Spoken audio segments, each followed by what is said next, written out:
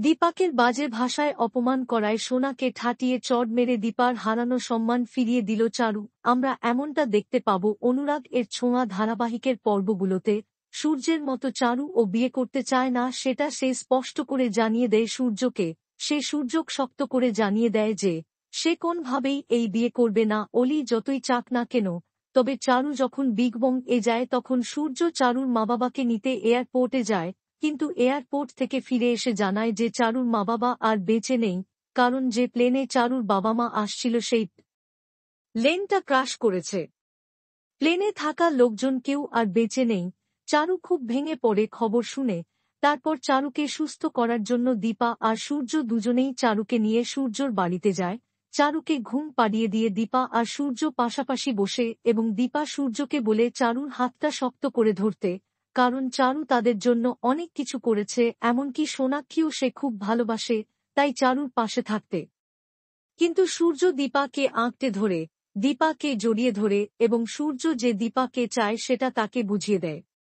তখন সেখানে সোনা রূপা হাজির হয়।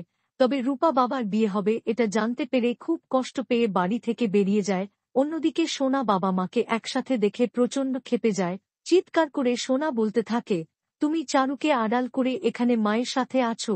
সোনা রেগে গিয়ে দীপাকে বলে, আপনি এমন একটা ভাব দেখান মনে হয় যে আপনি চারুর ভালো চান, কিন্তু এখন তো চারু ঘুমাচ্ছে, আর এই সুযোগেই আপনি এসব করছেন। ভাবতেও আমার ঘৃণা হয়। এই সব কথা বলতে থাকে সোনা। তখন প্রচণ্ড রেগে যায় সূর্য এবং অন্যদিকে সোনার চিৎকার শুনে ঘুম ভেঙে যায় চারুর। চারু দেখতে পায় একের পর এক দীপাকে অপমান করে কথা বলছে। বুঝতে পারে যে সোনা বেয়াদবি করছে, কারণ দীপা তাকে সুস্থ করার জন্যই তাকে নিয়ে সূর্যর বাড়িতে এসেছে। দীপা জীবনে কোনো অধিকার চায় না সোনার জীবনে, তার মায়ের অধিকার ও চায় না। এভাবে অপমান করাটা একেবারেই মেনে নিতে পারে না চারু। প্রচণ্ড ক্ষেপে গিয়ে সোনাকে কষিয়ে চড় মারে সূর্য দীপার সামনে। সূর্য আর দীপা অবাক হয়ে যায় দেখে।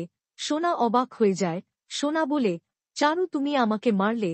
চারু তাকে বলে, হ্যাঁ, আমি যেমন তোমাকে ভালোবাসি তেমনি শাসন ও করতে পারি।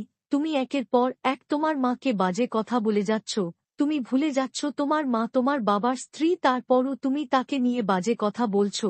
আমি একজন মেয়ে হয়ে একজন মায়ের অসম্মান মেনে নিতে পারি না। বাংলা বিনোদনের এই ধরনের সকল আপডেট সবার আগে পেতে চ্যানেলটি সাবস্ক্রাইব করে পাশে থাকা বেল আইকনটি বাজিয়ে দিন। ধন্যবাদ।